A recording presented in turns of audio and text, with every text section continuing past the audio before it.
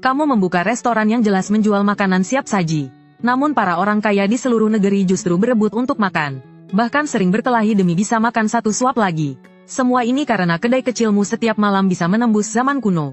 Dan juga bisa membawa benda dari zaman kuno ke dunia modern. Baru saja tadi, seorang kakek berpakaian kain kasar masuk ke dalam toko. Permisi, apakah masih ada makanan? Melihat pakaiannya kamu tertegun sejenak. Apa ada kru film yang sedang syuting di sekitar sini? Namun kamu tetap menjelaskan kepada kakek itu.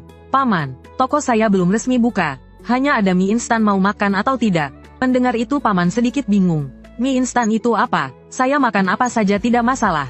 Baiklah, mohon tunggu sebentar. Lalu kamu ke dapur merebus semangkuk mie instan. Sekalian menambahkan 1 telur. Paman, mie Anda sudah jadi. Lihat mie instan di depannya. Kakek itu terkejut. Kenapa mie ini begitu sedikit? Dia dengan hati-hati mencicipi sedikit. Seketika kulit kepalanya terasa kesemutan. Seolah tiba-tiba ada kekuatan besar mengalir dari dalam tubuhnya. Rasa hangat dan bahagia menyebar ke seluruh tubuh dari ujung lidah. Ini benar-benar sangat enak. Kakek itu tak sempat memikirkan hal lain. Mengangkat mangkuk dan menghabiskan mie serta kuahnya. Melihat ekspresi kakek itu, di hatimu muncul rasa heran yang kuat. Apa seenak itu? Saat ini tatapan kakek itu padamu penuh kekaguman. Dia segera mengeluarkan 2 keping uang tembaga. Terima kasih pemilik toko. Saya belum pernah makan mie seenak ini. Hanya saja yang saya miliki cuma uang tembaga dan lobak. Entah cukup atau tidak untuk membayar makanan ini. Kamu melambaikan tangan. Tidak perlu. Semangkuk mie instan juga tidak mahal. Lalu kamu mengantar kakek itu keluar dari toko. Namun begitu keluar, pemandangan di depan mata membuatmu terkejut. Bukankah tokoku berada di pusat kota? Kemana perginya toko-toko di sekitarnya? Pasti aku kelelahan sampai berhalusinasi. Lebih baik aku kembali dan tidur dulu. Keesokan harinya keadaan di luar restoran kembali normal. Namun saat melihat uang tembaga dan lobak yang ditinggalkan kakek di meja, kamu benar-benar tercengang. Astaga, ada apa ini? Jangan-jangan toko ini benar-benar berpindah zaman saat malam hari. Memikirkan hal itu, kamu segera membawa uang tembaga itu ke sebuah toko barang antik.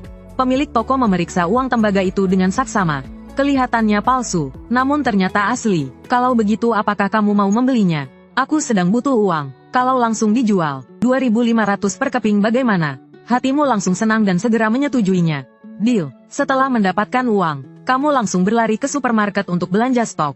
Saat tiba di area makanan siap saji, matamu tiba-tiba berbinar. Jika aku menjual semua ini kepada orang-orang zaman kuno, apa yang akan terjadi ya? Tak lama kemudian malam pun tiba. Baru saja kamu menyiapkan semuanya. Tiba-tiba terdengar suara pintu didorong dari luar. Secepat ini sudah ada orang datang. Kamu segera menyambutnya. Yang datang ternyata masih kakek yang sama seperti kemarin. Oh, kamu lagi ya, Paman. Uang yang kuberikan kemarin memang terlalu sedikit. Ini kastanya yang kupungut di gunung. Tolong terimalah. Kalau begitu saya terima dengan senang hati. Paman, sudah makan belum? Aku sedang memasak mie lobak. Mau semangkuk? Kalau begitu merepotkan pemilik toko. Namun setelah mengatakannya kakek itu langsung menyesal. Bukankah dia datang untuk berterima kasih? Kenapa begitu mencium aroma makanan langsung jadi tergoda lagi? Berapa pantasnya membayar semangkuk mie hari ini? Kakek itu menghela napas, lalu duduk canggung di bangku. Tak lama kemudian kamu menghidangkan mie. Begitu mencium aromanya kakek itu langsung lupa penyesalannya. Harum, benar-benar harum sekali. Kalau begitu cepat makan selagi panas. Di toko yang sunyi hanya tersisa suara kakek menyeruput mie. Setelah kakek selesai makan, dia kembali meninggalkan beberapa keping uang tembaga. Lalu pergi dari toko dengan wajah puas. Kamu mengambil uang tembaga di meja sambil diam-diam senang. Lagi-lagi untung 10.000 sambil meneteskan air mata. Keesokan harinya, aku menggunakan kastanye dari kakek itu untuk memasak ayam rebus kastanye. Tanpa terasa malam pun tiba lagi. Kamu bersandar di meja sambil menatap pintu. Bertanya-tanya apakah kakek itu akan datang lagi hari ini. Saat itu seorang pria kekar berpakaian pemburu masuk ke dalam. Halo, apakah Anda ingin makan sesuatu? Hari ini toko menyediakan bakso. Dan juga ayam rebus kastanye. Kalau begitu beri saya 1 porsi ayam panggang. Dan 2 tusuk bakso sayur. Tidak masalah. Setelah itu kamu pergi ke dapur. Mengeluarkan ayam panggang siap saji dan kastanye gratis. Lalu menambahkan sedikit sentuhan teknologi modern. Tak lama sepiring ayam kastanye yang harum luar biasa pun siap. Kemudian kamu juga membawa semangkuk besar nasi untuk pria kekar itu. Pria kekar itu langsung terkejut melihat nasi putih di depannya. Ini benar-benar nasi putih. Beras sehalus ini hanya dimakan keluarga kaya. Orang miskin seperti mereka mana sanggup memakannya. Dia mengangkat sedikit nasi dengan sumpit. Lalu perlahan memasukkannya ke mulut. Seketika seluruh tubuhnya seperti tersambar petir. Terpaku kaku di tempat. Inilah rasa yang selalu dia bayangkan. Bahkan lebih manis dari yang dia bayangkan. Setelah dikunyah perlahan, gigi dan lidahnya dipenuhi rasa manis. Ini terlalu enak, nasinya bisa tambah. Hanya 2 koin tembaga per mangkuk. Mendengarnya pria kekar itu menepuk meja dengan bersemangat.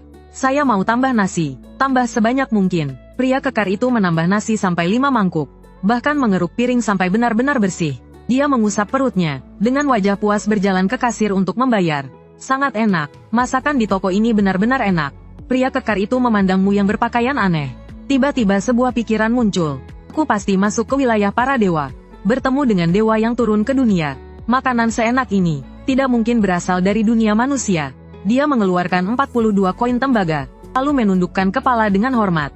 Silakan terima, dewa. Mendengarnya, pupil mataku langsung membesar kaget. Kenapa memanggilku dewa? Jangan-jangan aku bukan menembus ke zaman kuno, melainkan sampai ke alam para dewa. Keesokan harinya aku membawa koin kuno ke toko antik lain. Bos, terima koin tembaga. Bos menelitinya sejenak. 3.000 yuan per keping bagaimana? Hatiku langsung kesal. 3.000 yuan? Sial, terakhir kali aku ditipu si tua itu. Melihat kamu terus diam, bos berdeham pelan. Jadi kamu jual atau tidak? 42 keping, total 126.000 yuan. Hatiku benar-benar berdebar kegirangan. Astaga, sekali dapat untung 120.000. Tak lama lagi aku bisa mencapai puncak kehidupan. Menikahi gadis cantik dan kaya. Malam hari aku sedang di dapur memikirkan mau masak apa. Di luar datang lagi pelanggan. Tidak ada orang di toko. Mendengarnya aku segera menyambut. Jangan pergi. Ada. Tuan-tuan. Selamat datang. Kami lewat di tempat ini. Apakah toko ini ada makanan? Ada. Hari ini ada ikan asam segar baru dimasak. Mau coba? Ikan asam. Aku belum pernah dengar ada hidangan seperti itu. Percaya padaku. Dijamin enak. Baiklah. Beri aku 1 porsi. Lalu kamu pergi ke dapur belakang. Mengeluarkan sebungkus acar sawi instan dan irisan ikan instan. Lalu menambahkan sedikit kaldu instan. Tak lama kemudian seporsi ikan asam pun selesai dibuat. Tuan, ikan asamnya sudah siap. Silakan dinikmati. Suwan mengambil sumpit, menjepit sepotong ikan lalu mencicipinya sedikit. Matanya langsung membelalak. Ah, ini terlalu enak. Arus kesemutan seperti listrik menjalar dari ujung lidah hingga ujung kaki. Aroma harum yang kuat meledak di dalam mulut.